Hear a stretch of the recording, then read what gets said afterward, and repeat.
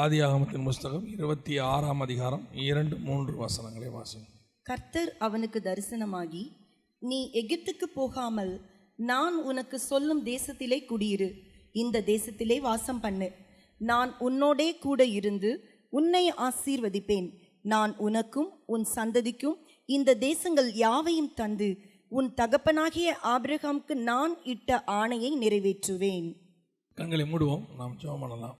நல்ல தகப்பனே, எங்கள் சர்வ வல்லமை உள்ள ஆண்டவரே, அருமையான நேரத்திற்காக உமக்கு ஸ்தோத்திரம். மகிமை உள்ள கரத்தில் தாழ்த்துகிறோம். வசனத்தை அனுப்புங்கப்பா. வந்திருக்கிற ஒவ்வொருத்தரோடும் கர்த்தரை பேசுங்க, இடைபடுங்க, வார்த்தையினாலே முடிசூட்டுங்க. நாங்கள் திரும்பி போகும்போது வசனத்தை பெற்றுக்கொண்டவர்களாய் திரும்பி போக கிருபை பாராட்டும், ஆசீர்வதியும். இயேசுவின் நாமத்தில் பிதாவே, அல்லேலூயா. ஆதியாகமத்தின் புஸ்தகம் 26ஆம் அதிகாரம் 2-3 வசனம். கர்த்தர் அவனுக்கு தரிசனமாகி, நீ எகிப்துக்கு போகாமல் நான் உனக்கு சொல்லும் தேசத்திலே குடியிரு அப்படின்னார். இந்த வசனத்தில் தான் நாம் இன்னைக்கு பார்க்க போகிறோம். கர்த்தர் ஈசாக்குக்கு ஒரு வாக்குத்தத்தம் பண்ணுகிறார். என்ன வாக்குத்தத்தம் பண்ணுறாருன்னா, இந்த தேசத்தில் வாசம் பண்ணு, நான் உன்னோடு கூட இருந்து உன்னை ஆசீர்வதிப்பேன், உனக்கும் உன் சந்ததிக்கும் இந்த தேசங்கள் யாவையும் தந்து உன் தகப்பனாகிய ஆபிரகாமுக்கு நான் இட்ட ஆணையை நிறைவேற்றுவேன் என்றார். ஆண்டவர் சில வாக்குத்தத்தங்களை நமக்கு வாக்கு பண்ணுகிறார்.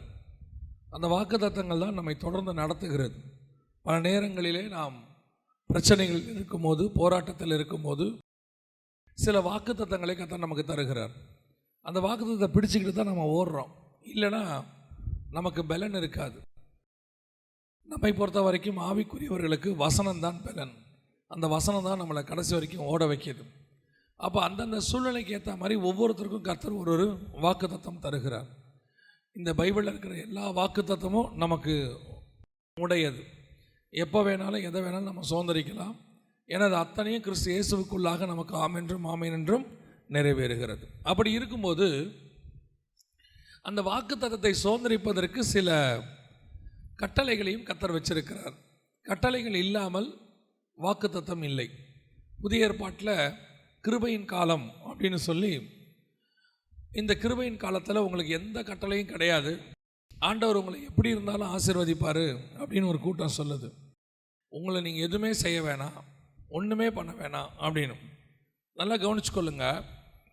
ஆண்டவர் எல்லா வாக்குத்தத்தங்களையும் நமக்கு தந்திருக்கிறார். ஆனால் அத்தனைக்கும் பின்னாடி நம்மக்கிட்ட ஆண்டவர் சில காரியங்களை எதிர்பார்ப்பார். அந்த காரியங்களை செய்தால் ஆண்டவர் நமக்கு தருவார்.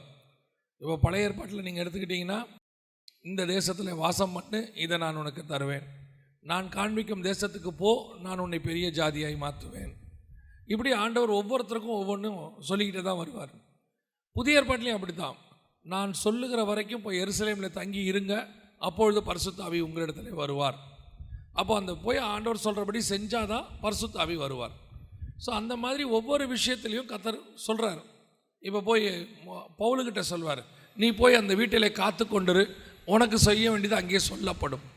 இப்போ ஒவ்வொருத்துக்கு பின்னாடி இதே மாதிரி தான் உங்களுக்கும் எனக்கும். ஒவ்வொரு வாக்குத்தத்தத்துக்கும் பின்னாடியும் கர்த்தர் சில கட்டளைகளை வச்சிருக்கிறார். அந்த வாக்குத்தத்தம் உங்களுக்கு நிறைவேற வேண்டுமானால் அந்த கட்டளைகளை நீங்கள் செய்ய வேண்டும். அது செய்யாமல் நடக்காது. எதுவுமே பண்ண மாட்டேன், எல்லாமே நடக்கும் அப்படின்னா நடக்காது. நீங்கள் சும்மா இருப்பீர்கள், நான் யுத்தம் பண்ணுவேன் அப்படின்னா நீங்கள் சும்மா இருக்கணும்னு அர்த்தம். சும்மா இருக்கிறது ரொம்ப சாதாரணமான விஷயம் இல்லை. நீங்கள் எதுவும் பண்ணாமல் இருக்கணும்னு அர்த்தம். நாம் சும்மாவே இருக்க மாட்டோம், ஏதாவது பண்ணுவோம். கர்த்தர் செய்ய சொல்கிற காரியத்தை செய்யணும். சும்மா இருக்குன்னு சொல்லும்போது சும்மா இருக்கணும். ஆண்டவர் சொல்கிற காரியங்கள் நிறைவேற வேண்டுமானால், இப்போ இந்த ஈசாக்குக்கு ஆண்டவர் சொல்கிறார், இந்த தேசத்தை நான் உனக்கு தருவேன். இது ஒரு நல்ல வாக்குத்தத்தம், நம்ம சுதந்திரிக்கணும். இதெல்லாம் நமக்கும் ஆண்டவர் தரார். ஆனால் இதை சுதந்திரிப்பதற்கு ஈசாக்கு கிட்ட ஆண்டவர் சில காரியங்களை சொல்லுகிறார். அதை தான் நாம் இன்றைக்கி பார்க்க போகிறோம். வாசிங்கள், 26ஆம் அதிகாரத்தில் 1வது வசனத்தை வாசிங்கள். ஆதியாகமம் 26:1 வாசிங்கள். ஆபிரகாமின் நாட்களில் உண்டான பஞ்சத்தை அல்லாமல் பின்னும் ஒரு பஞ்சம் தேசத்தில் உண்டாயிற்று. அப்பொழுது ஈசாக்கு பெலிஸ்தருக்கு ராஜாவாகிய அபிமெலேக்கினிடத்தில் கேராருக்கு போனான். இந்த தேசத்தை சுதந்திரிப்ப, இந்த தேசத்தில் நீ இருப்ப, இதில் வாசம் பண்ணு எல்லாம் சொல்கிற ஆண்டவர் நான் உனக்கு சொன்ன கட்டளைகள் எல்லாம் நிறைவேற்றுவேன், உங்கள் அப்பாவுக்கு கொடுத்த ஆணையை நிறைவேற்றுவேன் எல்லாம் சொல்கிறாரு. ஆனால் அதற்கு ஆண்டவர் சொல்லக்கூடிய ஒரே ஒரு கட்டளை, இந்த தேசத்தில் நீ வாசம் பண்ணு. குறிப்பாக சொல்கிறார், நீ எகிப்துக்கு போகாமல், 2வது வசனம், எகிப்துக்கு போகாமல் நான் உனக்கும் சொல்லும் தேசத்தில் குடியிரு, இந்த தேசத்தில் வாசம் பண்ணு. அப்போ அந்த கட்டளையை அவன் சுதந்திரிக்கணும்னா, கர்த்தர் சொன்ன அந்த வாக்குத்தத்தத்தை சுதந்திரிக்கணும்னா அந்த கட்டளையை அவன் செய்யணும், அந்த தேசத்தில் அவன் குடி இருக்கணும். ஆனால் கர்த்தர் சொல்கிற தேசம் எப்படி இருக்குன்னு பாருங்கள்.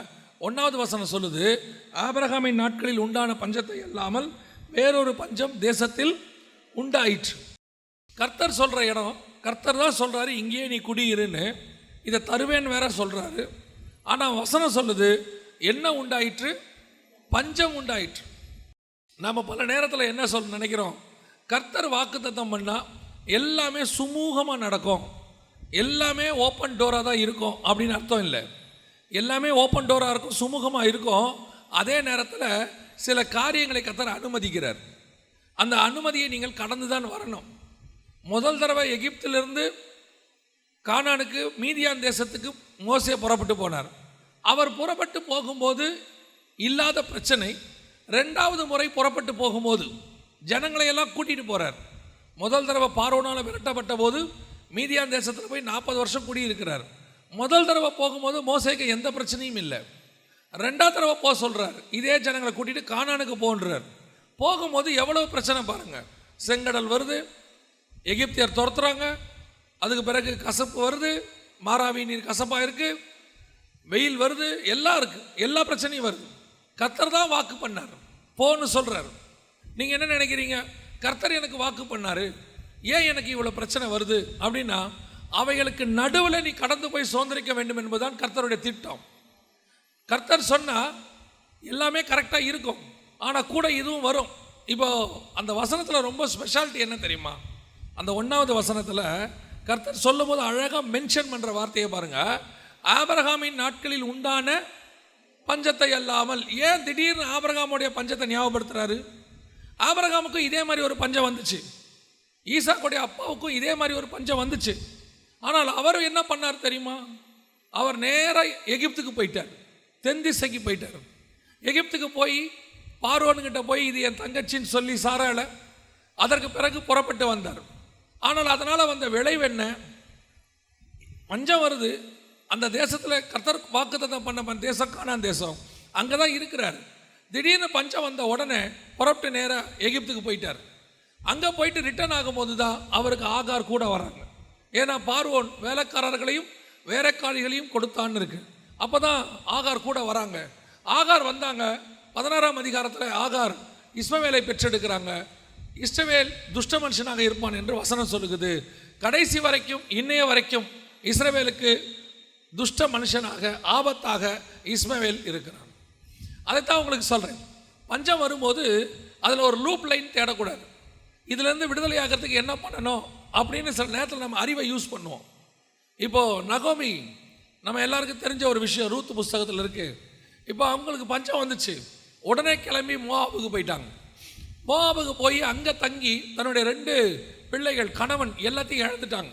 இப்போ அவங்க பெத்லகேமிலே கர்த்தர் போஷிக்கிறார் என்று சொல்லி திருப்பி மோவாபை விட்டு பெத்லகேமுக்கு வராங்க. இதோட அர்த்தம் என்ன, எங்கே ஆசீர்வாதம் இருக்குதோ அங்கே போகிறது, எங்கே பிரச்சனை இருக்குதோ அங்கேருந்து விலகணும்னு நினைக்கிறது, அந்த இடத்த விட்டு ஓடிடணும்னு நினைக்கிறது. ஆனால் ஆண்டவர் சொல்கிறாரு, நான் உன்னை சொன்ன இடத்துல குடியிரு. நான் உன்னை சொன்னேன்னா அங்கே பஞ்சம் வந்தாலும் நீ அங்கே இரு, நான் உன்னை அங்கே ஆசீர்வதிக்க வல்லமை உள்ள தேவனாக இருக்கிறேன். இந்த ஊழியத்தின் பாதையாக இருக்கட்டும், ஆவிக்குரிய வாழ்க்கையாக இருக்கட்டும், பிரச்சனை இல்லாமல் ஆசீர்வாதத்தை பெற்றுக்கொண்டவங்க கிடையாது. நிறைய பேர் இன்றைக்கி கடைசி காலத்தில் உனக்கு பிரச்சனையே இல்லை, பிரச்சனையே இல்லைங்கிறாங்க. அப்படி ஒரு வாழ்க்கை கிடையவே கிடையாது. ஏற்றத்தாழ்வுகள் உண்டு, மேடு பள்ளங்கள் உண்டு, எல்லாம் உண்டு. இடுக்கனான வாசல் வழி தான் பிரவேசிக்கணும்னு பைபிள் சொல்லுது. சிலுவையை எடுத்துக்கொண்டு தான் பின்னாடி போகணும்னு வசனம் சொல்லுது. ஆனால் இன்றைக்கி என்ன வருது, ஒரு பெரிய மூத்த ஊழியர் ஒரு முறை டிவியில் விதமாய் பிரசங்கம் பண்ணார். உனக்கு பிரச்சனையே கிடையாது, போராட்டமே கிடையாது, அப்படி இருக்குன்னா நீ ஏதோ தப்பு செய்கிற, நீ ஒரு பாவி அப்படின்னு பிரசங்கம் பண்ணார். அந்த பிரசங்கத்தை பார்த்து கொண்டிருந்த இன்னொரு மூத்த ஊழியர், அவரை விட மூத்த ஊழியர், அவர் என்ன பண்ணார் தெரியுமா, நேரடியாக அந்த பிரசங்கம் பண்ண ஊழியக்காரருடைய அப்பாவுக்கு ஃபோன் பண்ணார். ஃபோன் பண்ணி அவங்க 2 பேரும் ஒரே காலத்தில் ஊழியம் பண்ணவங்க. இந்த டிவியில் பண்ணவர் வந்து 2வது தலைமுறை. அப்போ இவர் நேரடியாக அவருக்கு ஃபோன் பண்ணி அந்த மூத்த ஊழியருக்கு, ஏன்பா என்ன உன் பையன் டிவியில் பிரச்சனையே இல்லை, போராட்டமே இல்லைங்கிறான், நிஜம்தானா, அப்படி தான் இருக்குமா ஊழியம் அப்படின்னு கேட்டாராம். உடனே அந்த மூத்த ஊழியர் சொன்னாராம், அவன் சொல்கிறது உண்மைதாங்க, பிரச்சனை கிடையாது, போராட்டம் கிடையாது, எதுவும் கிடையாது, எதுவும் அவனுக்கு கிடையாது, எல்லாமே எனக்கு தான். ஏன்னா நான் எல்லாத்தையும் ரெடி பண்ணி வச்சுட்டேன், இப்போ அவன் அப்படி தான் பேசுவாங்கிறார். எதுக்கு சொல்கிறேன், ஊழியத்தின் பாதையாக இருக்கட்டும், ஆவிக்குரிய வாழ்க்கையாக இருக்கட்டும், சில கடினமான பாதைகள் வரும், சில சோதனைகள், சில பஞ்சங்கள் வரும். அந்த பஞ்சத்தில் கூட கர்த்தர் சொல்கிறாரு, நீ இங்கேயே தங்கியிரு. அந்த பஞ்சம் உன்னை ஒரு நாளும் கொல்லாது, அதை மட்டும் நல்லா தெரிஞ்சுக்கொள்ளுங்க. கர்த்தர் உனக்கு அனுமதி கொடுத்திருக்கிற பஞ்சம், கர்த்தர் உனக்கு அனுமதி கொடுத்திருக்கிற வனாந்திரம் ஒரு நாளும் கொல்லாது. பைபிளில் வனாந்திரத்தை கிராஸ் பண்ணாத ஒரு பரிசுத்தவான் கிடையவே கிடையாது. வனாந்திரத்தை கிராஸ் பண்ணாதவங்க, ஆபிரகாம் வனாந்திரத்தை கிராஸ் பண்ணியிருக்கிறார், ஈசாக்கு வனாந்திரத்தை கிராஸ் பண்ணியிருக்கிறார், யாக்கோபு வனாந்திரத்தை கிராஸ் பண்ணியிருக்கிறார், இஸ்ரவேல் ஜனங்கள் வனாந்திரத்தை கிராஸ் பண்ணியிருக்கிறாங்க, எலியா வனாந்திரத்தை கிராஸ் பண்ணியிருக்கிறார், எலிசா வனாந்திரத்தை கிராஸ் பண்ணியிருக்கிறாரு, இயேசு கிறிஸ்து வனாந்திரத்திற்கு போனார், பவுல் வனாந்திரத்திற்கு போனார். வனாந்திரத்துக்கு போகாத பரிசுத்தவான்கள் கிடையாது. யோசேப்பு, தானியேல், யாரை வேணாலும் எடுத்துக்கோங்க. நம்முடைய வாழ்க்கையில், ஆவிக்குரிய வாழ்க்கையில் அது ஒரு பார்ட். காரணம், அதுதான் உங்களை உருவாக்கும், அதுதான் உங்களுக்கு விசுவாசத்தை சொல்லிக் கொடுக்கும். பல நேரங்களில் நீங்கள் டாக்டர்கிட்ட போய் கேளு பாருங்க, இப்போ இருக்க டாக்டர் எனக்கு பற்றி தெரியாது, நம்ம முன்னாடி உள்ளவங்களாம் எங்களுக்கு சொல்லியிருக்கிறாங்க, இந்த ஜுரம்னு ஒன்று இருக்குது பாருங்க, அவர் 6 மாதத்துக்கு ஒரு தடவை வர்றது நல்லதும்பாங்க. ஏன்னு சொன்னால் அது நம்மளுடைய இம்யூனிட்டி பவரை இன்க்ரீஸ் பண்ணி கொடுக்குமா. சளி பிடிக்கிறது நல்லதும்பாங்க வருஷத்துக்கு ஒரு தடவை. காரணம், நம்ம உடம்புல இருக்கிற எல்லா நீரையும் அது வெளியே கொண்டு வந்துருமா. உண்மைதான், ஆனால் அது உனக்கு நல்லது, கர்த்தர் அனுமதிச்சிருக்கிறாரு. அதே மாதிரி தான் ஆவிக்குரிய வாழ்க்கையிலையும் அப்பப்போ கொஞ்சம் பிரச்சனை, சளி பிடிக்கும், அப்பப்போ கொஞ்சம் தலைவலி வரும், அப்பப்போ கொஞ்சம் போராட்டம் வரும். சில ஆட்களை கர்த்தர் எழுப்பி விடுவார். சிலர் வந்து அதெல்லாம் எதுக்கு, உன்னை உருவாக்குவதற்கு. வனாந்தரம் ஒரு நாளும் ஒருத்தரையும் கொல்லாது. யோசிச்சு பாருங்க, வனாந்தரத்தில் இஸ்ரவேல் ஜனங்க போனாங்க, என்ன அவங்களுக்கு தீங்கு வந்துருச்சு நீங்கள் நினைக்கிறீங்க? அவங்க வனாந்தரத்தில் போனதுனால தான் மன்னாவை பார்த்தாங்க, வனாந்தரத்தில் போனதுனால கண்மலை தண்ணியை குடித்தாங்க, வனாந்தரத்தில் போனதுனால மேகஸ்தம்பம், அக்னி ஸ்தம்பம் வந்துச்சு. வனாந்தரத்தில் போகும்போது கர்த்தர் அற்புத அடையாளங்களை செய்கிறார். வனாந்தரத்தில் போகும்போது கர்த்தர் உங்கள் கூட இருக்கிறார் என்பதை நீங்கள் உணர முடியும். பிரச்சனைக்கு நேரத்தில் வரும்போது கர்த்தர் கூடவே இருக்கிறாருங்கிறத நீங்கள் பார்ப்பீங்க.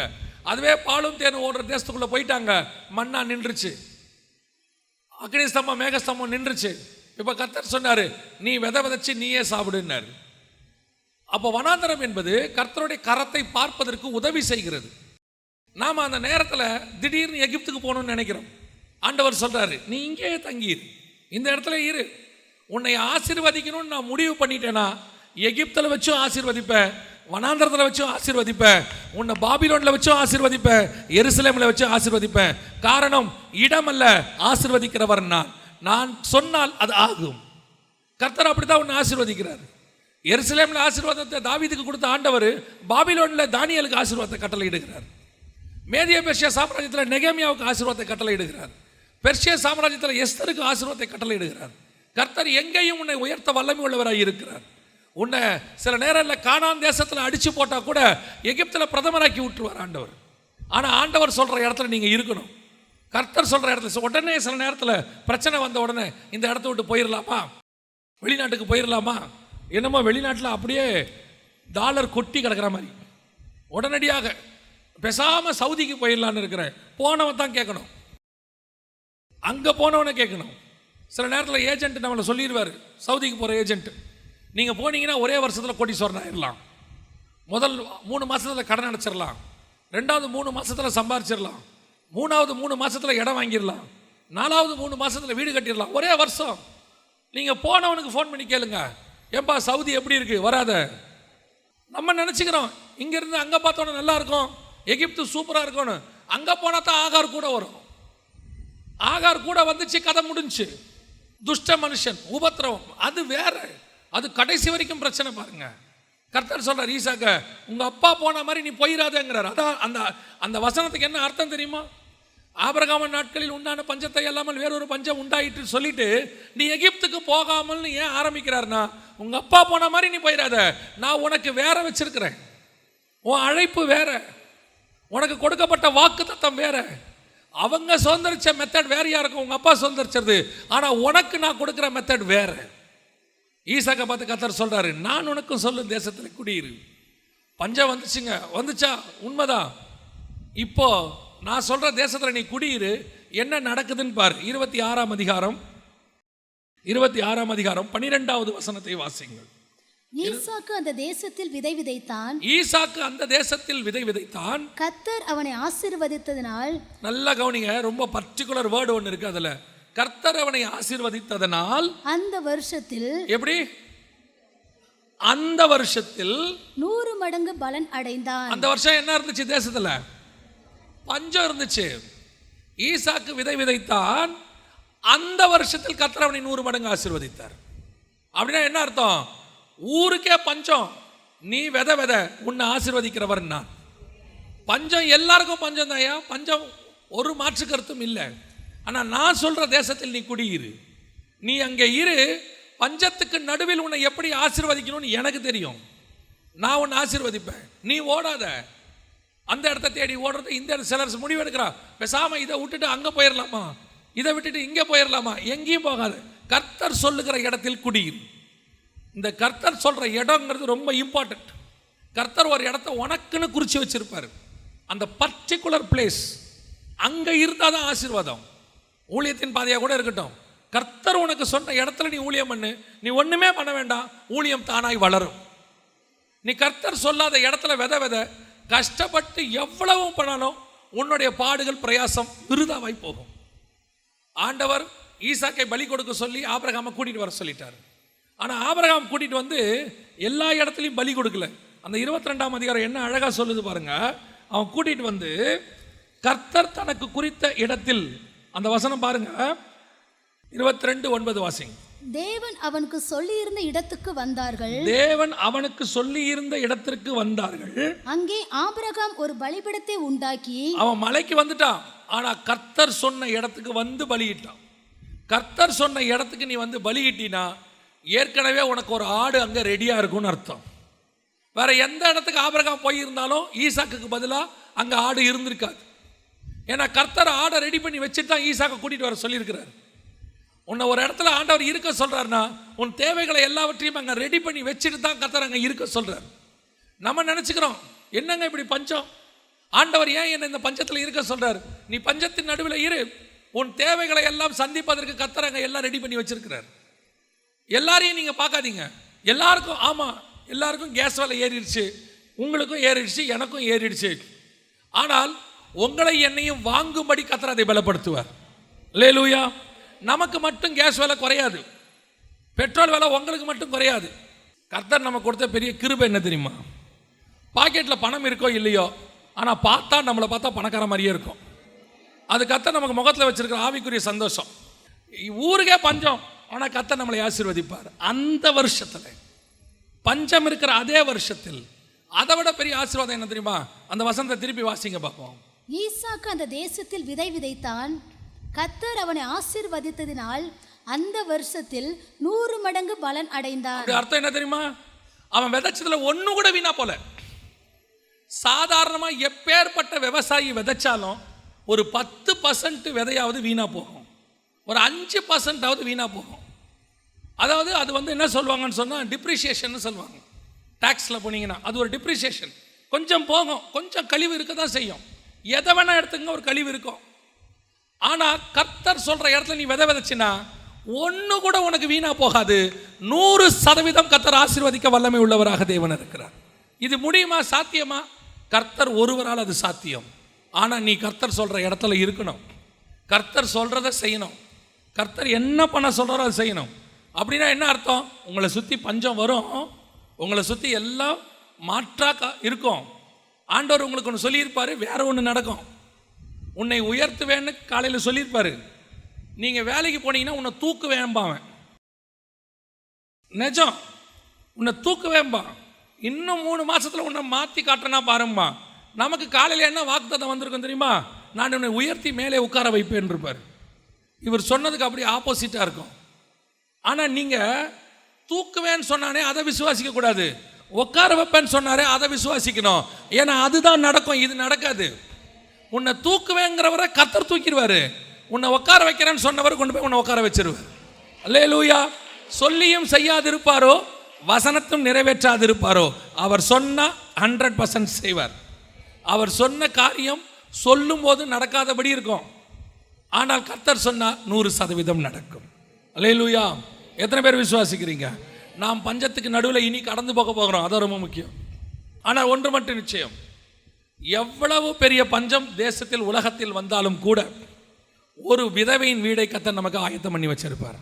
ஆண்டவர் சொன்னாரு, அதுக்கு முன்னாடியே கர்த்தர் ஆயத்தம் பண்ணி இருந்தார். வசனத்தில் எலியா பஞ்சம் வந்தபோது போய் கேரித்தாற்றங்கரையில் தங்கி இருந்தார். காலையிலையும் மாலையிலையும் அவருக்கு காக்கா கொண்டு வந்து ஆகாரம் கொடுத்தது. இந்த செய்தியை அதுக்கு முன்னாடி பல இடத்துல எடுக்க வச்சார் ஒரு 6 மாசமா. நம்ம இது சம்மந்தமே இல்லாமல் எடுத்துக்கிட்டு இருக்கிறோம்.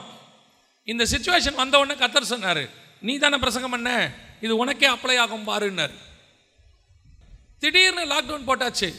நான் அந்த மாசத்துல 4 வாரமும் மீட்டிங் கேன்சல். தெரியுமா உங்களுக்கு?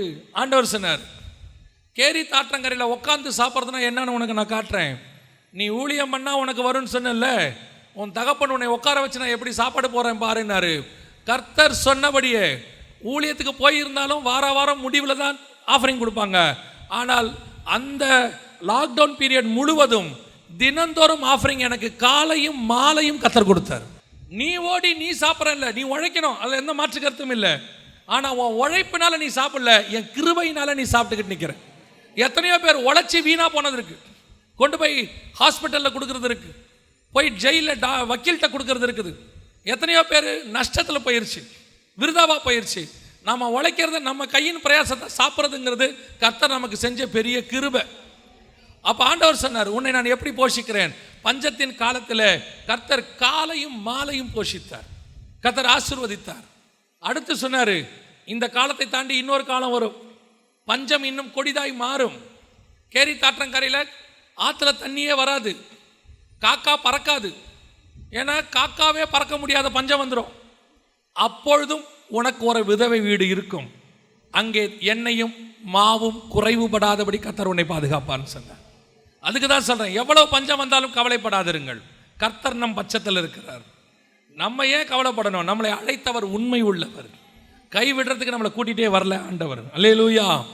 கர்த்தர் சொல்லுகிற இடத்தில் பஞ்சம் இருக்கும், ஆனால் நீ அங்கேயே குடியிரு, கர்த்தர் உன்னை 100 மடங்கு ஆசீர்வதிப்பார். அல்லேலூயா. 2வது வாசிங்கள், ஆதியாகமத்தின் புஸ்தகம் 26ஆம் அதிகாரம் 15வது வசனத்தை வாசிங்கள். அவன் தகப்பனாகி ஆபிரகாமின் நாட்களில் அவனுடைய வேலைக்காரர் வெட்டின துறவுகளை எல்லாம் தூர்த்து மண்ணினால் நிரப்பி போட்டார்கள். இது அடுத்த பிரச்சனை வரும். இப்போ இவர் கர்த்தர் சொல்ற தேசத்தில் தான் குடியிருக்கிறாரு. இப்போ என்ன நடக்குது அப்படின்னு கேட்டிங்கன்னா, இவர் விதை விதைக்கிறாரு, 100 மடங்கு பலன் வருது. இதை பார்த்து ஒரு கூட்டத்துக்கு பொறாமை. அந்த வசனம் என்ன சொல்லுது பாருங்க. அவனுக்கு ஆட்டு மந்தையும், 14வது வசனம், அவனுக்கு ஆட்டு மந்தையும் மாட்டு மந்தையும் அநேக பணிவிடைக்காரரும் இருந்தபடியினாலே பெலிஸ்தியர் அவன் மேல் பொறாமை கொண்டு அவன் தகப்பனாகிய ஆபிரகாம் நாட்களில் அவனுடைய வேலைக்காரர் வெட்டின துறவைகளை எல்லாம் தூர்த்து மண்ணினாலே நிரப்பி போட்டார்கள். உங்களை கர்த்தர் உயர்த்தும் போது நீங்கள் பஞ்சத்துக்கு நடுவில் உயர்த்தப்படுவீர்கள். நீங்கள் உயர்த்தப்படும் போது உங்களை சுற்றிலும் எல்லாம் சாதகமான ஆட்கள் இருக்க மாட்டா, உங்கள் மேலே பொறாமப்படுகிற ஒரு கூட்டம் ஒன்று இருக்கும். கர்த்தர் உயர்த்துவார் உங்களை, அவர் தான் தூக்கி மேலே உட்கார வைக்கிறாரு. ஆனால் அவனுக்கு நம்ம மேலே கோபம் வரும். இவன் மட்டும் என்ன மேலே போயிட்டே இருக்கிறான், இவனை மட்டும் என்ன எல்லாம் ஆசீர்வாதமாக இருக்குது, இவன் மட்டும் என்ன சந்தோஷமாகவே இருக்கிறான், இவன் சர்ச்சை மட்டும் ஏன் பெருகிக்கிட்டே இருக்குது. பொறாமை. நாம வனாந்தரத்தில் கடந்து வந்தது அவனுக்கு தெரியாது, பஞ்சத்தில் விதை விதைச்சது அவனுக்கு தெரியாது. கர்த்தர் நம்மளை உருட்டி பெரட்டி தான் கொண்டாந்துருக்கிறார். உபத்திரவத்தில் நீங்கள் வரும்போது ஒருத்தனும் உங்கள் கூட இருக்கவே மாட்டான். கண்ணீரில் நீங்கள் வரும்போது ஒரு வயலில் உங்களோட இருக்க மாட்டான். நீங்களே தனியாக உருண்டு பிறண்டு கஷ்டப்பட்டு மேலே வந்து உக்காருவீங்க. அந்த நேரத்தில் உங்கள் மேலே ஒருத்தனுக்கு பொறாமை வரும் பாருங்க. திடீர்னு மேலே வந்துட்டாம்மா. நம்ம எங்கே திடீர்னு மேலே வந்தோம்? நம்ம உருண்டு பிறண்டு மேலே வர்றதுக்கு 15 வருஷம் இருக்கும். நம்ம மேலே ஒரு பொறாமை. அது யாருக்கு இருக்கும் தெரியுமா? கூட இருக்கிறவங்களுக்கு இருக்கும், மற்றவங்களுக்கு இல்லை. அதே தேசத்தில் குடியிருக்கிறவனுக்கு. கூடவே அவன் தான் சொன்னான், என் கூட நீ இருன்னா. அவனுக்கு இவன் மேலே பொறாமை. ஏன்? உன் ஆசீர்வாதத்தை கண்டு. ஆஃபீஸில் நீ போய் சேரபோது ஆண்டவர் உன்னை உயர்த்துறதை பார்த்து, அல்லது உனக்கு கூட ஆண்டவர் இருக்கிறத பார்த்து மற்றவனுக்கு என்ன ஆகுது? பொறாமை வருது. உடனே என்ன பண்ணாங்களாம் தெரியுமா? அடுத்த வசனம் சொல்லுது, அவன் தகப்பனாகிய ஆபிரகாம் வெட்டின துறவுகளை எல்லாம் தூர்த்து போட்டார். பல நேரங்களில் நீங்கள் ஒரு விஷயத்தை ரொம்ப யோசிச்சிருப்பீங்க. என்ன யோசிச்சிருப்பீங்கன்னா, எங்கள் அப்பா அம்மா சொத்து எதுவுமே எனக்கு வரலையே, அவங்க கொடுத்துட்டு போனதெல்லாம் எடுத்துக்கிட்டாங்களே, எல்லாத்தையும் பிடுங்கிக்கிட்டாங்களே, என்னை எங்கள் அக்கா தங்கச்சி அண்ணன் தம்பியெல்லாம் தனியாக விட்டுட்டாங்களே, என்னை ஒன்றுமே இல்லாமல் நடுத்தரில் நிறுத்திட்டாங்களே. அவங்க நிறுத்தும் போது ஏன் கர்த்தர் சும்மா இருந்தார்? நான் சொல்கிறது உங்களுக்கு புரியுதா? அவங்க எல்லாம் அவங்கள தனியாக விரட்டி விட்ட போது இந்த கர்த்தர் சும்மாவே இருந்தார், பார்த்துக்கிட்டே இருந்தார். அபிமெலேக்குடைய ஆட்கள் வந்து மண்ணை தூக்கி போடுறான், துறவை மூடுறான், தூர்த்து போடுறான். நீ பாட்டு மூடிட்டே வா, நீ மூட. பல நேரத்தில் உனக்கும் எனக்கும் விரோதமாய் அப்படித்தான் எழும்புவாங்க. நம்ம மேலே பொறாம, நமக்கு ஒன்றுத்தையும் கொடுக்க மாட்டாங்க. நானும் என்னுடைய நண்பர்கள் ஒரு 2-3 பேரும் ஒரு நாள் உட்காந்து டிஸ்கஸ் பண்ணிக்கிட்டு இருந்தோம். எங்கள் 4 பேருக்கும் ஒரு ஒத்துமை இருந்துச்சு, 3 பேருக்கும். என்ன ஒத்துமைன்னா, ஒரு நாள் பேசிகிட்டு இருக்கும்போது பார்த்தோம், ஏன் நம்முடைய அப்பாக்கள்லாம் நமக்கு ஒன்றுமே வச்சுட்டு போல. உட்காந்து யோசிக்கிறோம். அப்போ தான் யோசிக்கிறோம், யாருடைய அப்பாவும் யாருக்கும் ஒன்றும் கொடுத்துட்டு போல. அதில் ஒரு நண்பன் சொன்னான், உங்களுக்காவது கொடுத்துட்டு போல, எங்கள் அப்பா எனக்கு கடன் வச்சுட்டு போயிருக்கிறாரு. உங்களையாவது உங்கள் அப்பா சும்மா விட்டார், எங்கள் அப்பா என்ன பண்ணிட்டாரு? கடனோட விட்டுட்டு போயிட்டார். இப்படி பேசிகிட்டே இருக்கிறோம். நான் ரொம்ப யோசித்தேன், ஏன் நமக்கு மட்டும் ஒன்றும் கிடைக்கல? எங்கள் அம்மா வழி சைடில், எங்கள் அப்பா வழி சைடில் வர வேண்டிய எதுவும் எனக்கு வரல. எல்லாத்தையும் ஏமாற்றி எடுத்தாச்சு, இல்லை தூர்த்து போட்டாங்க, கொடுக்காம போயிட்டாங்க, ஏமாற்றி ஏதோ ஒன்று நடந்துருச்சு. ஆனால் ஒன்று ஏன் எனக்கு கிடைக்கல அப்படின்னு யோசித்த போது ஆண்டவர் சொன்னார், நான் தான் அந்த அனுமதியை கொடுத்துருக்குறேன். ஏன்? அவன் வெட்டின துறவை நீ வச்சிருந்தா அது உங்கள் அப்பாவால் வந்த ஆசீர்வாதம்பா. இப்போ நீ துறவு வெட்டு, நான் உன்னை ஆசீர்வதிக்கிறேன். அப்போ தான் நான் உன்னை ஆசீர்வதிச்சேன்னு பைபிள் சொல்லும், உலகம் சொல்லும், உன்னை பார்க்குறவன் சொல்லுவான். அப்பாவோட ஆசீர்வாதம் வரக்கூடாதா? அப்படி அல்ல. அப்பா நீதிமானாக இருப்பார், பரிசுத்தவனாக இருப்பார், அவர் உண்மையாக உழைச்சிருப்பார், கிடைச்சிருக்கோம், அதெல்லாம் வேற விஷயம். ஆனால் ஒன்றும் இல்லாவிட்டாலும் கவலைப்படாதிருங்கள். ஒன்று எல்லாத்தையும் எடுத்துகிட்டு விட்டுட்டானா கவலைப்படாதீங்க. ஒன்றும் கொடுக்க முடியாதுன்னு அக்கா தங்கச்சி அண்ணன் தம்பி சொல்கிறானா சந்தோஷப்படுங்க. எனக்கு ஒரு துறவை கத்தர் வெட்ட போகிறாரு, அது எனக்குன்னு வெட்டுற துறவு. அதை தூர்த்து போட யாராலையும் முடியாது, அது என்னுடைய துறவு. அப்படியே நிறைய பேர் நம்மளை பற்றி பல நேரங்களில் சொல்லும் போது என்ன, அவங்க அப்பா நிழலில் வந்தவருங்க, அவங்களுக்கு அவங்க அப்பா எல்லாத்தையும் வச்சுட்டு போயிட்டாரு, அவருக்கு என்ன கவலை? உண்மைதான். ஆனால் பஞ்சத்துக்கு நடுவில் எத்தனை அப்பா வச்சுட்டு போனதை பையன் நாசம் பண்ணிட்டான், எத்தனை அப்பா வச்சுட்டு போனதை பிள்ளைகள் நாசம் பண்ணிட்டு ஒன்றுமில்லாமல் பண்ணிட்டாங்க. ஆனால் கர்த்தர் நமக்கோ அதை இருக்கும்படி கிருபை பாராட்டினார். நான் உங்களுக்கு சொல்லுகிறேன், அப்படி ஒருவேளை உன் தாய் தகப்பன் வழியாக எதுவும் வராமல் போனாலும், இருந்ததை எல்லாம் எடுத்துக்கொண்டு விட்டாலும், ஒருவேளை உன் தாய் தகப்பன் உனக்கு வச்சுட்டு போனதை அவர்கள் உன்னை ஏமாற்றி கொண்டு போனாலும், கேஸு போட்டு வாங்கி விட்டாலும், உன்னை நடுத்தருவில் நிறுத்தி விட்டாலும் கவலைப்படாதிரு. உனக்கொன்று ஒரு துறவு உண்டு, அதை கர்த்தர் வெட்ட வைப்பாரு. அந்த துறவை தூர்த்து போட ஒருத்தனாலையும் முடியாது. அது கர்த்தர் உனக்கு கொடுத்த துறவு, அதுதான் நிரந்தர துறவு. கர்த்தர் நம்மளை ஆசீர்வதிக்கிற ஆசீர்வாதம் தாங்க பெரிய ஆசீர்வாதம். ஒரு விஷயத்தை பயனீர் பண்ணுறதுங்கிறது எவ்வளோ பெரிய விஷயம் தெரியுமா? அதை உன்னை கொண்டு கர்த்தர் செய்வார். யோசிச்சு பாருங்க. இப்போ அப்பா கொடுத்ததெல்லாம் போச்சு, இனி ஈசாக்கு வந்து யாரும் எதுவும் சொல்ல முடியாது. அவங்க அப்பா செல்வ சீமானுங்க, கொடுத்துட்டு போயிட்டாரு, அவன் நல்லா இருக்கிறான். இல்லைப்பா, எங்கள் அப்பா கொடுத்ததெல்லாம் போச்சு, அதெல்லாம் முடிஞ்சிருச்சு, இப்போ நான் வெட்டுறேன் துறவு, நான் வெட்ட போகிறேன். அடுத்து வாசிங்க வசனம், 19வது வசனம் வாசிங்க. ஈசாக்குடைய வேலைக்காரர் பள்ளத்தாக்கிலே வெட்டி அங்கே சுரக்கும் நீரூற்றை கண்டார்கள். கேராரூர் மேய்ப்பர் இந்த தண்ணீர் தங்களுடையது என்று சொல்லி ஈசாக்குடைய மேய்ப்பருடனே வாக்குவாதம் பண்ணினார்கள். அவர்கள் தன்னுடைய வாக்குவாதம் பண்ணினபடியால் அந்த துறவுக்கு ஏசேக்கு என்று பெயரிட்டான். இது அடுத்த லெவல், உங்கள் ஆசீர்வாதத்தினுடைய அடுத்த லெவல். என்னங்க ஆசீர்வாதம் லெவலுங்கிறீங்க? இருக்கிற துறவை அவன் எடுத்துகிட்டு போயிட்டான் இருக்கு. நீங்கள் ஆசீர்வாதம் லெவலுங்கிறீங்களே, ஆமாம். சில நேரங்களில் நாம் கஷ்டப்பட்டு உழைச்சி கொண்டு வரும்போது அதை வேறு ஒருத்தர் தனக்கென்று சொந்தம் கொண்டாடுவார்கள். இது இப்போ ஆபிரகாமின் துறவுலாம் இல்லை, ஆபிரகாமின் துறவுலாம் கிடையாது. இது ஈசாக்கின் துறவு. அவன் தான் வெட்டினான், அவன் வேலைக்காரர் தான் வெட்டினாங்க, அதில் தண்ணி வந்துச்சு, கர்த்தர் தான் ஆசீர்வதிச்சார். அதையும் ஒரு சிலர் எடுத்துக்கொண்டார்கள், அதையும் ஒரு சிலர் வாக்குவாதம் பண்ணினார்கள். இதுதான் ஆசீர்வாதத்தின் லெவல். அடுத்த லெவலுக்கு போகும்போது உன் பிரச்சனையும் அடுத்த லெவலுக்கு போகும். இது எப்படி இருக்கும் தெரியுமா? இன்றைக்கி நாங்கள் ஊழியத்தின் பாதையில் இருக்கும்போது நிறைய ஃபோன்ஸ் வரும். அதில் ஒரு சிலர்லாம் கேட்கும்போது நமக்கே கோபமாக வரும். அவங்க கஷ்டப்பட்டு கொஞ்சம் வச்சிருக்கிறாங்க, அந்த கொஞ்சத்தையும் ஒரு சிலர் ஏமாற்றி எடுத்துகிட்டு போயிடுறாங்க. அவங்க ஏதோ சிறுக சிறுக கொஞ்சம் சேர்த்து வைக்கிறாங்க, அதையும் என்னதுன்னு எடுத்துகிட்டு போகிற ஒரு கூட்டம் இருக்குது. ஏமாற்றி கொண்டு போகிற கூட்டம், வாக்குவாதம் பண்ணுகிற கூட்டம். ஆனால் அதில் ஒரு பெரிய, எனக்கு இந்த இதை படிக்கும் போது எனக்கு ரொம்ப ஆச்சரியப்பட்ட ஒரு விஷயம் என்ன தெரியுமா? ஈசாக்கு இவ்வளோ வாக்குவாதம் பண்ணுறாங்க, விட்டு கொடுத்துட்டே போவான். எடுத்துக்கோங்க, போங்க போங்க, எடுத்துக்கங்க, விட்டுட்டே இருப்பான். ஈசாக்கு விட்டது மாத்திரம் இல்லை, அதை விட பெரிய ஆசீர்வாதம் என்ன தெரியுமா? ஈசாக்குக்கு அமைந்த மனைவி இருக்குல்ல, அதுவும் ஒரு வார்த்தை அங்கே பேசிச்சுன்னு இருக்காது.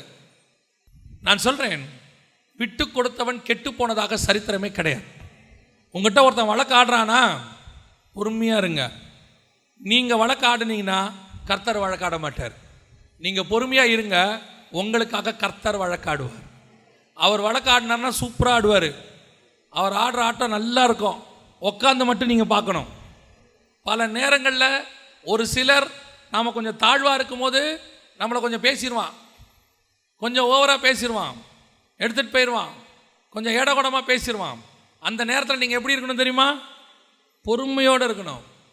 அந்த நேரத்தில் மனைவிமார்கள் கணவனுக்கு ஆறுதலாக இருக்கணும். எதுக்கு சொல்கிறேன்? பல நேரங்களில் நாம் ஏமாற்றப்படுகிறோம். ஏமாறாத ஊழியக்காரன் கொஞ்சம் பேர் தான். அந்த ஊழியக்காரமாக ஏமாற மாட்டாங்க, அப்படியே பார்த்துக்கிட்டே இருப்பாங்க. சில நேரங்களில் நாம் ஏமாற்றப்படுகிறோம். நம்மளதை எடுத்துகிட்டு போயிடுறான், கொடுக்க முடியாதுங்கிறான், என்ன பண்ணுவேங்கிறான். எங்கிட்ட அவனை தெரியும் இவனை தெரியும்பா, விட்டுரு அவனை, பரவாயில்ல. உனக்கும் எனக்கும் வழக்காடுகிற ஒருவர் இருக்கிறார். ஏமாத்திட்டு எவ்வளோ தூரம் போயிடுவான், உன்னை எண்ணியும் பேசிட்டு அவன் எவ்வளோ தூரம் போயிடுவான் வாக்குவாதம் பண்ணிட்டு. வசனம் சொல்லுது, கடைசியாக எவன் வாக்குவாதம் பண்ணானோ அவனே வந்து இவங்கிட்ட சரண்டர் ஆகிற அளவுக்கு கர்த்தர் அவனை ஆசீர்வதிச்சிட்டார். அல்லேலூயா. அந்த வசனம் வாசிங்க. அப்பொழுது அவன் என்ன சொல்றான் பாருங்க, 26ஆம் அதிகாரம் ஆதியாகமத்தின் புஸ்தகம் 28வது வசனம் வாசிங்க. அதற்கு அவர்கள், நிச்சயமாய் கர்த்தர் உம்மோடே கூட இருக்கிறார் என்று நிச்சயமாய் கர்த்தர் உன்னோடு கூட இருக்கிறார் என்றும் கண்டோம். ஆகையால் எங்களுக்கும் உமக்கும் ஒரு ஆணை ஏற்பாடு உண்டாக வேண்டும் என்று. இவன் யார் தெரியுமா? இவன் தான் உன் துறவை எடுத்தவன், துறவை தூத்து போட்டவன், வாக்குவாதம் பண்ணவன், இந்த ஊர்ல நீ இருக்க கூடாதுன்னு சொன்னவன், நீ எப்படி இருக்கிற நான் பார்க்கிறேன்னு சொன்னவன். கடைசியில் அந்த ஊர்ல இன்னைய வரைக்கும் ஈசாக்கின் சந்ததி இருக்கிறது, அபிலேக்கின் சந்ததி இன்னைக்கு இல்லை. உன்னை இருக்க மாட்டேன், ஒளிச்சிருவேன், காணாம பண்ணிடுவேன், இருக்கிறத எடுத்துப்பேன், எப்படி இந்த இடம் உனக்கு வரும் சொல்லுவான். சொல்லட்டும். கர்த்தர் பார்த்துக்கிட்டே இருப்பார் மேலே உட்காந்துக்கிட்டு. ஏன் அவனை விட்டு வச்சிருக்காரு தெரியுமா? அவன் இருந்தாதான் நீ உயர்த்துறத அவன் பார்க்கணும். கர்த்தர் உன்னை உயர்த்துறத அவன் தான் பார்க்கணும். நீங்க என்ன ஜெபம் பண்ணுவீங்க தெரியுமா? கர்த்தாவே அவனை நொறுக்கும், அவனை கொல்லும், அவனை குத்தும், அவனை கொடையும். நமக்கு ஆண்டவர் அடியாளா மாற்றி வச்சிருக்கிறோம். நம்ம என்ன நினைக்கிறோம்? அவன் இல்லாமல் போனால் நல்லா இருக்கும். கர்த்தர் சொல்றாரு, அவன் இருக்கணும். அவன் எப்போ வரைக்கும் இருக்கணும் தெரியுமா? நீ உயர்த்தப்பட்டு உன்னை கர்த்தர் மேலே உட்காரக்கிறத பார்த்து கடைசியா அவனே வந்து உங்ககிட்ட சொல்லணும், கர்த்தர் உன் கூட தான் இருக்கிறாரு, உனக்கு எனக்கு சமாதானம் போயிடலாம், எதுக்கு பிரச்சனை, என்னை மன்னிச்சிரு நான் வந்து கேட்குற வரைக்கும் கர்த்தர் அவனுக்கு உயிரோடு கூட வைப்பார். பல நேரங்களில் கர்த்தர் இதுதான் நமக்கு பண்ற வாக்கு தத்தம். கர்த்தர் சொல்ற இடத்துல குடியிருந்தா பிரச்சனை இருக்காதுன்னு அர்த்தம் இல்லை. கர்த்தர் வாக்கு தத்தம் பண்ணா உபத்திரவம் பண்றவன் இருக்க மாட்டான்னு அர்த்தம் இல்லை. கர்த்தர் சொல்ற இடத்துல இருக்கும்போது வாக்குவாதம் பண்ணுறவர்கள் இருப்பார்கள். ஆனால் முடிவில் வாக்குவாதம் பண்றவன் அந்த இடத்துல இருக்க மாட்டான். பொறுத்து போன நீயும் நானும் தான் அந்த இடத்துல இருப்போம். காரணம், கர்த்தர் நம்மோடு கூட இருக்கிறார். ஒரு நாளும் கவலைப்படாதிருங்க. ஏமாத்திட்டானா விட்டுருங்க, பரவாயில்ல. அவனுக்கு சரிக்கு சமமாக நீங்கள் நின்று அவனை ஏமாற்றணும். நீங்கள் போய் ஒரு ஆளை பார்த்து அவனுக்கு லஞ்சம் கொடுத்து அவன் வழியா இவனை அதெல்லாம் வேணாம். நமக்கு அதெல்லாம் கிடையவே கிடையாது. நமக்கு ஒருத்தர் பெரியவர் இருக்கிறார். ஒரு இடத்துல ஒரு ஊழியக்காரர் போய் அவருக்கு விரோதமாக கேஸ் கொடுத்துட்டாங்க. அது அவருடைய இடம், அங்கே ஆராதனை பண்ணுறாரு. உடனே அவருக்கு விரோதமாக போய் சொல்லிட்டாங்க. அந்த காவல்துறையில் அவரை கூப்பிட்டு அங்கே இருக்கிற அதிகாரி என்ன பண்ணிவிட்டாரு, இந்த ஐயாவுடைய தோற்றத்தெல்லாம் பார்த்து இவர் ரொம்ப சிம்பிளாக இருக்கிறார். போன உடனே மரியாதை கிடையாது. என்னையா என்னவோ பிரச்சனை பண்ணுறியாமே அப்படி இப்படிலாம் பேசியிருக்காரு. இவர் ஒன்றுமே சொல்லலை, இப்படி பார்த்துக்கிட்டே இருந்தாராம். என்னையா நான் இவ்வளோ பேசுகிறேன், நீ பார்த்துக்கிட்டே இருக்கிற, பார்த்துக்க உன்னை தூக்கிடுவேன் அங்கேருந்து அப்படின்னாராம். இவர் திருப்பி சொன்னாராம், எனக்கு ஒரு மேலே இருக்கார் ஒரு ஆள், அவரை எனக்கு தெரியும், இன்னைக்கு நான் அவர்கிட்ட போய் சொன்னேன், நாளைக்கு உன்னை தூக்கிடுவாருன்னு. இவன் பயந்து, சார் ஏன் சார் இதை நீங்கள் வந்த உடனே சொல்லலை, போங்க சார் நான் பார்த்துக்கிறேன் சார், நான் இருக்கேன் சார் உங்களுக்கு, போங்க சார் அனுப்பிட்டாரு. கடைசி வரைக்கும் அந்த மேலே இருக்கிற ஆள் யாருன்னு இவனும் சொல்லலை, அவரும் கேட்கல. நமக்கு மேலே ஒருத்தர் உட்காந்துருக்கிறாரு, அவர் நமக்கு வழக்காடுறவர். நீ யாருக்கிட்ட வேணா போ, நாங்கள் அவர்கிட்ட தான் போவோம், அவர் எங்களுக்காக யுத்தம் செய்வார். அவர் உன்னை என்னிடத்துல கொண்டு வரவர் ஒழிய என்னை ஒரு நாளும் உன் கையில் தாழ பணியும்படி விட்டு கொடுக்கவே மாட்டார், கொடுக்கவே மாட்டார். பல நேரத்தில் நம்ம சொந்தக்காரங்க அப்படி தான் நினைக்கிறாங்க. என் நண்பனை பார்த்து சொன்னாங்க, 12வது படிக்கும் போது அவங்க அப்பா இறந்துட்டார். அவன் பிராமண குலத்துலேருந்து ஆண்டவர் ஏற்றுக்கிட்டவொடனே ஒரு சொந்தக்காரன் வந்து சொல்லிட்டு போனார், நாளைக்கு பின்னைக்கு நீ இந்த இயேசுவை ஏற்றுக்கிட்டேன்னு பிச்சை எடுப்பேன், எடுக்கும் போது என் வீட்டு வாசலுக்கு வந்துடாதேன்னார். நான் நிற்கும் போது அந்த வார்த்தையை சொன்னார். ஏன்னா அவங்க தகவலுடைய அடக்காராதனையில் அதை சொன்னார். அவன் பார்த்துக்கிட்டே இருந்தான், ஒன்றும் சொல்லலை. நாள் வந்தது, கர்த்தர் அவனை உயர்த்தினார். 20-25 வருஷம் ஆச்சு, கர்த்தர் உயர்த்தினார். இன்றைக்கி நல்ல பெரிய போஸ்டிங்கில் இருக்கிறான். இன்றைக்கி அவனை கர்த்தர் ஆசீர்வதித்து பெரிய லெவலில் கொண்டாந்துட்டார். 20 வருஷத்துக்கு முன்னாடி எந்த மனுஷன் என் வீட்டு வாசலுக்கு வராதேனாரோ அதே மனுஷன் ஒரு தேவைக்காக இவன் வீட்டு வாசலில் வந்து கடந்த வருஷத்தில் நின்றார். கர்த்தர் செய்ய வல்லமை உள்ளவராக இருக்கிறார். நம்ம ஆண்டவர் பொறுமையாக செய்வார், பொறுத்திருந்து செய்வார். 10 வருஷம் ஆனாலும் செய்வார். இன்றைக்கி கேட்டு நாளைக்கு செய்யணும்னு நினைக்கக்கூடாது. உங்களுக்கு நமக்கு என்ன தெரியுமா, இட்லி அவிக்கிற மாதிரி நம்மெல்லாம் மாவை ஊற்றின உடனே இட்லி வந்துடணும். அது வேகுதான்னு கூட அப்பப்போ கையை விட்டு பார்த்துக்கிட்டே இருப்போம். நம்ம ஆண்டவர் வந்து பொறுக்க வேக விட்டு தான் எடுப்பார். நீங்கள் ஒன்றும் பயப்படவே வேணாம். வாக்குத்தத்தம் பண்ணினவர் உண்மை உள்ளவர், ஒரு நாளும் அவர் கை விடவே மாட்டார். அல்லேலூயா. அவர் சொல்லியும் செய்யாதிருப்பாரோ, வசனத்தும் நிறைவேற்றாதிருப்பாரோ. அவர் நமக்கு சொன்ன காரியங்கள், ஒருவேளை கர்த்தர் சொன்ன இடத்தில் பஞ்சம் இருக்கும், வாக்குவாதம் பண்ணுகிறவர்கள் இருப்பார்கள், தூத்து போடுகிறவர்கள் இருப்பார்கள், உன் தகப்பனுடைய காரியத்தை எடுத்துக்கொண்டு உன்னை நடுத்தருவில் விட்டவர்கள் இருப்பார்கள், உனக்கு ஒன்றும் இல்லைன்னு சொல்லி விரட்டி விட்டுருப்பாங்க. அவ்வளவு நடக்கும். ஆனால் அவைகளுக்கு நடுவில் உன் தேவனாகிய கர்த்தர் உன்னை ஆசீர்வதிக்கிறதையும் உன்னை உயர்த்துகிறதையும் நீ 100 மடங்கு பலுகி பெறுகிறதையும் தேசத்தில் நீ விருத்தியாகிறதையும் கர்த்தர் அவர்கள் கண்களுக்கு முன்பாக நிச்சயம் செய்வார். செய்கிற வரைக்கும் உன்னையும் உயிரிட வைப்பார், அவனையும் உயிரிட வைப்பார். அவன் பார்த்து கடைசியாக வந்து உங்கள்கிட்ட சொல்லணும், கர்த்தர் உன்னோடு கூட இருக்கிறார். உன் டிசிஷன் சரி. இன்னைக்கு நீ இருக்கிற நிலைமையை பார்க்காத, பஞ்சத்தை பார்க்காத, இன்னைக்கு இருக்கிறதான போராட்டத்தை பார்க்காதீங்க. ஒருவேளை நீங்கள் அப்படிங்க வந்து உட்காந்துருந்தா இன்னைக்கு கர்த்தர் உங்களுக்கு வாக்கு கொடுக்குறாரு, 100 மடங்கு கர்த்தர் உங்களை ஆசீர்வதிப்பார். கொஞ்சம் பொறுமையோடு காத்திருங்கள், சொன்னவர் செய்யாமல் போகவே மாட்டார். அல்லேலூயா. நாம் ஜெபிக்க போகிறோம். தேவ சமூகத்தில் ஆண்டவரை நோக்கி பார்க்க போகிறோம். எல்லாம் தேவ சமூகத்தில் ஒப்பு கொடுப்போமா? எல்லா கண்களையும் மூடுவோம். நீ என்ன பிரச்சனையோடு இன்றைக்கி வந்திருந்தாலும் சரி, ஆண்டவர் சமூகத்தில் இன்றைக்கி அதை ஒப்பு கொடுங்க. இந்த 26ஆம் அதிகாரத்தை போய் முடிஞ்ச அப்புறமா வாசித்து பாருங்கள். ஈசாக்கு வாக்குவாதம் பண்ண மாட்டான், சண்டை போட மாட்டான், எந்த போராட்டம் பண்ண மாட்டான். கர்த்தர் சொல்கிற அந்த ஒரு இடத்துல மட்டும் அவன் குடியிருப்பான். அவனுக்கு கொடுத்த வேலையை மட்டும் செஞ்சுக்கிட்டே இருப்பான். அவ்வளோதான். அவன் 2 காரியம் தான் செய்வான். ஒன்று கர்த்தர் சொன்ன இடத்துல இருப்பான், இன்னொன்று கர்த்தர் சொன்ன அந்த வேலையை அவன் செஞ்சுக்கிட்டே இருப்பான். ஆனால் ஒன்று நடந்துச்சு, இவனுக்கு விரோதமாக பெரிய கிரியைகள் நடந்துச்சு. அவனை சுற்றி ஒரு பெரிய கூட்டம் வேலை பார்த்துச்சு. அவனை சுற்றி பெரிய ஒரு கூட்டம் அவனை ஒழிச்சு கட்டுறதுக்கான பிளான் எல்லாம் பண்ணுச்சு. ஈசாக்கு எந்த பிளானும் பண்ணலை. ஈசாக்கு யாருக்கிட்ட போய் முறையிடவும் செய்யலை. ஈசாக்கு எதை குறித்து கவலைப்படவும் செய்யலை. ஒன்று மட்டும் அவன் பார்த்தான், நான் எனக்கு வாக்குத்தத்தம் பண்ணினவரை நம்புகிறேன். எனக்கு விரோதமாய் சூழ்நிலைகள் மாறி இருந்தாலும் கூட, எனக்கு விரோதமாய் மனுஷர்கள் எழும்பி நின்றாலும் கூட, ஏன் எனக்கு விரோதமாய் எல்லா சட்ட திட்டங்களும் மாறி இருந்தாலும் கூட, உனக்கு விரோதமாக கோர்ட்டில் கூட அவங்க சொல்லட்டும், ஆனால் ஹெவன்லி கோர்ட்டில் நீ தான் ஜெயிக்க போகிற. உனக்கு ஒரு அட்வொகேட் மேலே இருக்கிறாரு, உனக்கு ஒரு ஜட்ஜி மேலே இருக்கிறாரு. அவருக்கு உன் உண்மை தெரியும், உன் உத்தமம் தெரியும், நீ யாருன்னு அவருக்கு தெரியும். நீ வீட்டுக்குள்ளே படுத்து அழுதுகிட்டு இருக்கிறது அவருக்கு தெரியும். நீ யாருக்கும் தெரியலன்னு நினைக்கிறல்ல. எல்லாரும் விட்டுட்டாங்க, கை விட்டுட்டாங்க. கர்த்தர் யாருக்கிட்டேயே சொல்கிறாரு, நீ போன வீட்டில் உன் வீட்டார், உன் பிறந்த வீட்டார் ஏமாத்தினதை சொல்லி சொல்லி உன்னை குத்தி குத்தி காட்டுறாங்க. நீ படுத்துக்கிட்டு அழுவுற, எனக்கு ஏன் இப்படி நடக்குது? இருந்த இடத்துலையும் சந்தோஷம் இல்லை, போன இடத்துலையும் சந்தோஷம் இல்லைன்னு சொல்கிறல்ல. ஆமாம், உன் துறவை எல்லாரும் தூத்திட்டு போட்டாங்க. அதே வீட்டுக்குள்ளே உன்னை உயர்வா உன்னோட கர்த்தர் இருக்கிறார்னு உன்னை ஏசின வாய்களெல்லாம் சொல்ல வைப்பார் கர்த்தர். அதுக்கு தான் கர்த்தர் உன்னை அங்கேயே வச்சிருக்கிறார். நீ நினைக்கிற நான் போய் சேர்ந்துட்டா நல்லா இருக்கும்னு, ஆண்டவர் சொல்கிறார், இல்லை, நீ இருந்தால் தான் நல்லா இருக்கும். நீ இருந்தால் தான் கர்த்தர் உன்னை சாட்சியாக நிறுத்துவார். உன்னை மாதிரி அநேகருக்கு உன்னை சாட்சியாக நிறுத்துவார். ஒரு போதும் கவலைப்படாதிரு. கர்த்தர் சொன்ன வாக்கு தத்தங்களில் ஒன்றாகிலும் விழுந்து போகிறதில்லை. சொல்லியும் செய்யாதிருப்பாரோ, வசனத்தும் நிறைவேற்றாதிருப்பாரோ. இன்னைக்கு தேவ சமூகத்தில் ஆண்டவர்கிட்ட ஒப்பு கொடுங்க. ஆண்டவரே, விசுவாச அறிக்கை பண்ணுங்க. ஆண்டவரே, நீங்கள் சொன்னதை செய்வீங்கப்பா. நீங்கள் எனக்கு சொன்னதை செய்து முடிப்பீங்க. ஆண்டவரே, எனக்கு சொன்னதை நிறைவேற்றி முடிப்பீங்கப்பா. அது வரைக்கும் நான் காத்திருக்கிறேன், பொறுமையோடே காத்திருக்கிறேன்.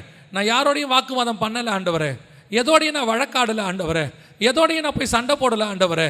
நான் எனக்கு உங்கள் காலடியை பிடிச்சிக்கிட்டு நான் வெயிட் பண்ணுறேன். என்னை நீங்கள் உயர்த்துக்கிற வரைக்கும். எங்கே என் தலை தாழ்ந்ததோ அங்கேயே என் தலை உயரும். எங்கே நான் அழுதேனோ அங்கேயே நான் சிரிப்பேன். எங்கே நான் புதைக்கப்பட்டேனோ அங்கே நான் உயிரோடு கூட எழும்புவேன். எங்கே என்னை கீழே தள்ளினார்களோ அங்கே நான் உயர்வை எழும்புவேன். எங்கே என் கூடாரம் தள்ளப்பட்டதோ அங்கேயே என் கூடாரம் நாட்டப்படும். விழுந்து போன தாவீதின் கூடாரத்தை எழுப்பின தேவன் உன் கூடாரத்தையும் எழுப்பி நிறுத்துவார். ஒப்பு கொடுப்போமா தேவ சமூகத்தில்? விசுவாசத்தோட ஜெபம் பண்ணுங்க. எங்கள் சர்வ வல்லமை உள்ள தகப்பனே, இந்த அருமையான நேரத்திற்காக உமக்கு ஸ்தோத்திரம். எத்தனை முறை எங்களுக்கு விரோதமாக எழும்பினாங்கப்பா, எங்களை இல்லாமல் போக பண்ணுவேன்னு சொன்னாங்கப்பா, நீ இந்த ஊர்லேயே இருக்க முடியாதுன்னு சொன்னாங்கப்பா. ஆனால் இன்னைய வரைக்கும் நீங்கள் நடத்தி கொண்டு வந்துட்டீங்கப்பா. நாங்கள் நம்புகிறோம், இன்னும் நீங்கள் என்ன நடத்துவீங்கப்பா. எங்களை ஒரு நாள் நீங்கள் கை விடவே மாட்டீங்கப்பா. உங்களை நோக்கி பார்த்த நாங்கள் வெக்கப்பட்டு போனதே இல்லாண்டவரே. முடிவு பரியந்தம் நீ நடத்த வல்லமை உள்ளவராக இருக்கிறது. இந்த வார்த்தைகள் எனக்குள்ளே கிரியை செய்யட்டும், என்னை பலப்படுத்தட்டும், என்னை ஸ்திரப்படுத்தட்டும். நீர் வருமளவு இந்த வார்த்தை என்னை தாங்கட்டும். ஆண்டவரே, இங்கே இருக்கிற ஒவ்வொருத்தருக்காக நான் ஜெபிக்கிறேன். எத்தனையோ பாடுகள் மத்தியில், பிரச்சனைகளுக்கு மத்தியில், கண்ணீருக்கு மத்தியில், குறைவுகள் இல்லாமைகளுக்கு மத்தியில் உம்மை நம்பி நின்றுக்கிட்டு இருக்கிறாங்க. ஆண்டவரே, எங்களுடைய லாஸ்ட் ஹோப் நீங்கள் மட்டும்தான் சொல்லி நின்றுட்டு இருக்கிறாங்கப்பா. கைவிடாதீங்க ஆண்டவரே, நிறைவேற்றி கொடுங்க, ஆசீர்வதிச்சு கொடுங்க. சாட்சிகள் மேலே சாட்சிகளாக வந்து இங்கே சொல்லிக்கிட்டே இருக்கட்டும். கர்த்தர் அப்படி ஆசீர்வதிச்சுக்கிட்டே இருங்கப்பா. சபையை மகிமையின் மேல் மகிமை இறங்கட்டும். எங்கள் ஆண்டவர் இயேசுவின் நாமத்தில் பிதாவே.